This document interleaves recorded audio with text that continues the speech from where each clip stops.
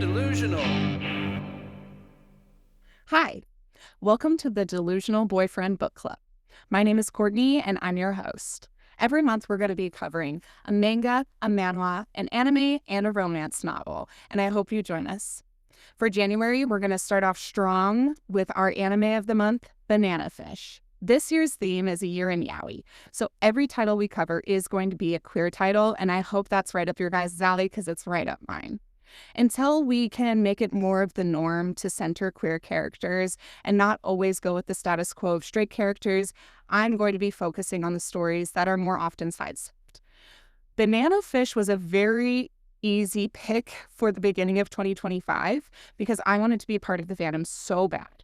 This fandom is insane to say the least. And to say the most, they're allergic to happiness.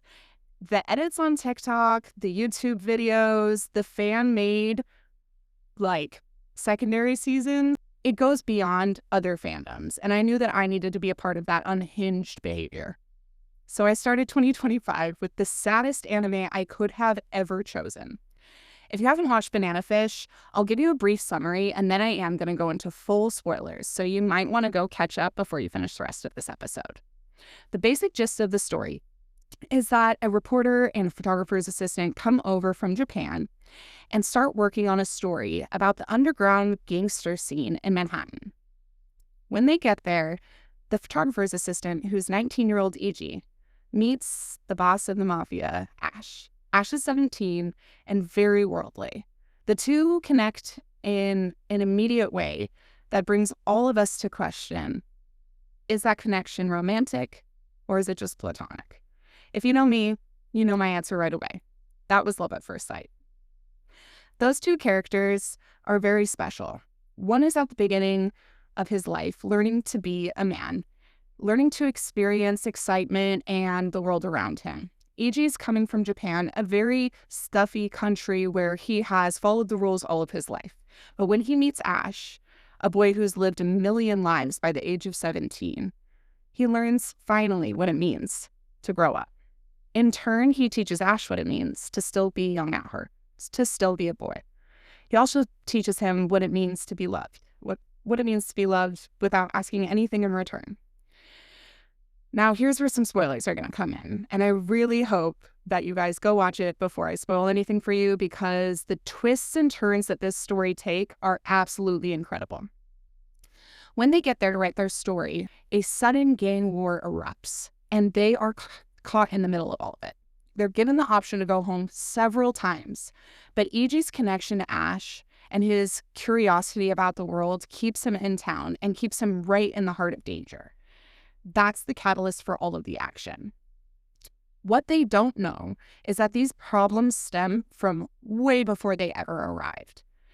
The leader of the Dons, of the Mafia Dons that Ash works for, his name is Gulzane, and they call him Papa Dino.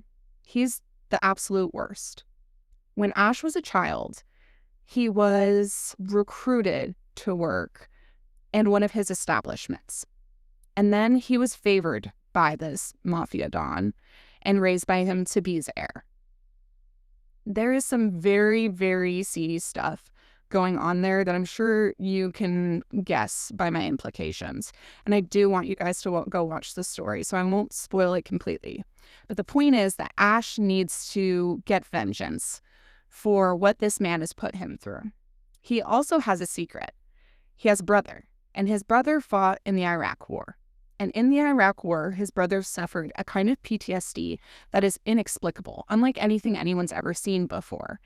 And they're pretty sure that it was induced by someone or something. Now, these storylines connect. The vengeance that he wants to seek on the man who robbed him of his childhood and the justice he wants to find for his brother intersect in a way that gives Ash a purpose to live. It also gives him a purpose to start a war between all of the gangs. He is the only one who can keep them from fighting or who can make them fight. And he does enact a string of events that will lead to him fulfilling his life's missions, but will also lead to numerous deaths and so much violence. Now, our characters from Japan are caught up in the midst of all of this. They are given the option to go home, but they find themselves connected to the drama in a way that they can't escape and that they don't feel right escaping. Many times, the Japanese boy Iji is caught up, kidnapped, stolen, put in danger, and Ash makes him his first priority, even above his own men. He wants to protect this foreigner. He wants to make sure that in his area, in his town, nothing happens to this man. Now, it is very funny to note that Ash is 2 years younger than Iji, and still he's the one to take Iji under his wing. It's a very precious friendship, one where Iji shows Ash what it means to be family. Ash has had friends, he's had underlings, but he's never had anybody, I don't think, cook him a meal, let him lay his head on his lap, and made him feel comfortable and safe, kind of like he was a kid at home in his mother's arms. There's something spousal there, there's something familial there, there's something romantic there, except for the trauma in Ash's past keep them from connecting on another level.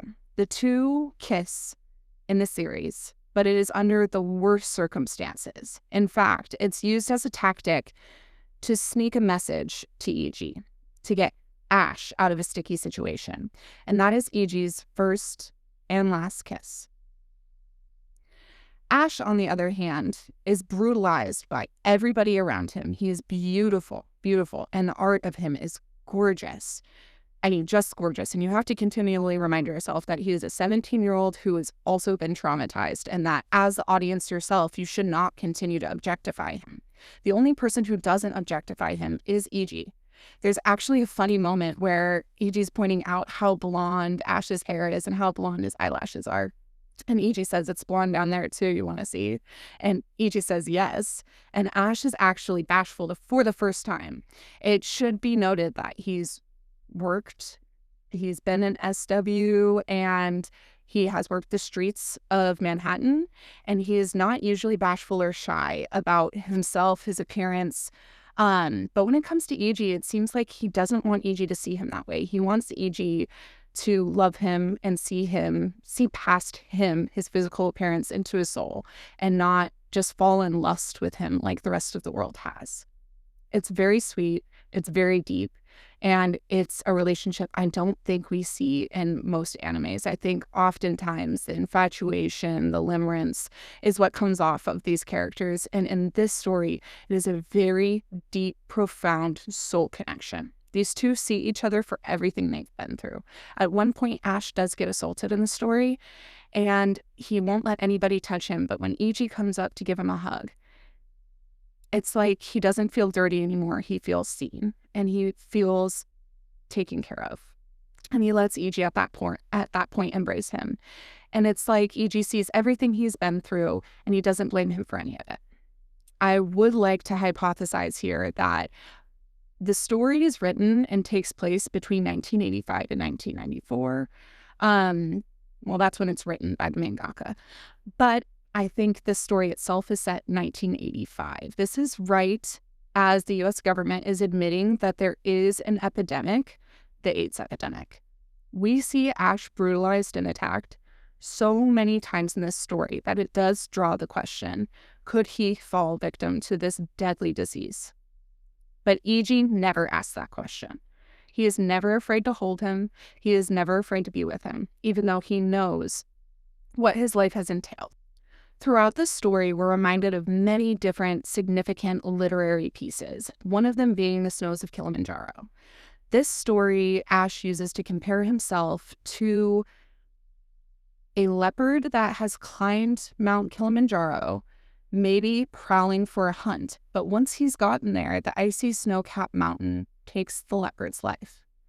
Ash wonders, why was that leopard up there? What was the hunt for? Was it worth it? And once he got up there, was there anything he could have done to turn back? We ask these same questions of our protagonist. Is there any way he could have stopped the chain of events that he set in motion for vengeance, revenge, and justice? Is there any way at any point in time he could have turned around and taken another path? Could he have flipped a switch and veered that train into another direction? I would have to say no. I would say this mangaka, as horrifying as this story ends, it is the right way for the story to end. I don't think that Ash could have been a part of this underground mob life his entire life and gotten out of it once he was at this level of power. I don't think he could have staged these wars between these powers to be and then just said, "E.G., take me back to Japan with you." At the end of the story, the two boys do separate. They separate in an extremely tragic way. And all of the fandom asks why. Why? And I have a few answers that I would like to talk about. I don't think that there was any other possible ending for these two. I think that once there was a power vacuum created by these gang wars, Ash had to step in to create peace where he had created chaos. I think had he gone to Japan, all of the lives lost in the violence would have been meaningless. I also assume that perhaps Ash did contract HIV, and the end of the story is, in comparison, a merciful death. I'm going to start crying just thinking about this. The story ends with every loose end being wrapped up. And at that point, one has to ask themselves, what am I living for anymore? If every mission I've set out to complete is completed and checked off my list, what do I have left to do? Have I climbed this mountain? And if I've reached the top, is there any way back down? The answer to that question is no. There is no way back down. Once you have filled yourself with so much power, there is no turning back. Once you've become the Pope, there's no way for anyone else to empathize with your situation or to help you unbecome the Pope. Once you're the most powerful man in your chapter, you're kind of stuck there alone until someone surpasses you. It's a tragic story, and it's alluded to with many other different literary references, this kind of isolation, loneliness, justice, vengeance. And I do think that those literary connections, the Salinger stories, Catcher in the Rye, the Banana Fish story by Salinger, the way that they lightly touch even on The Great Gatsby and The American Dream, all of those literary contexts come back into this story and help us see that Ash is yet just another American caught up in the rat race around him and unable to escape, finding that reaching the top, reaching your goals, doesn't always equate to happiness. In fact, that most happiness he's ever felt in his life was the domestic bliss that E.G. helped create for him, cooking him breakfast, helping him shower, watching TV, and reading the newspaper. And at this point in his life, there's no way to return to that, not with everything he's wrapped up in. E.G., on the other hand, is learning to be a man, and he learns what it means to care for somebody with your entire heart. He says at one point, "It was at that moment I decided to believe in Ash, no matter what." He sees him killing people. He sees him doing questionable things, manipulating E.G. himself to keep him safe. And still he promises, "I will not question you. I will love you. I will accept you. And I will believe that what you're doing is the right thing to do, no matter what." And he believes in him until the very end. He is the only person who believes in Ash. He's the only person who gives him true love, whatever kind of love you want to think that is. I think it is a deep romantic love, one that neither of them will ever find again. And they even mention that. At one point, they're joking around with another character, and they both say, "We'll never be married." And that is one of the saddest truths to me, is that neither of them ever will. There are some extremely sad points in this story that I would like to talk about, which the Banana Fish fandom have not let me forget. So from them to me to you, here are some extremely, extremely depressing facts. Golzine, the man who captured and groomed Ash from a very young age, is Ash's last kiss in this story, not E.G. Heartbreaking. E.G., at the end of the story, does get a side chapter, which shows him 7 years later, and he never cuts his hair, because it was the last place that Ash touched him.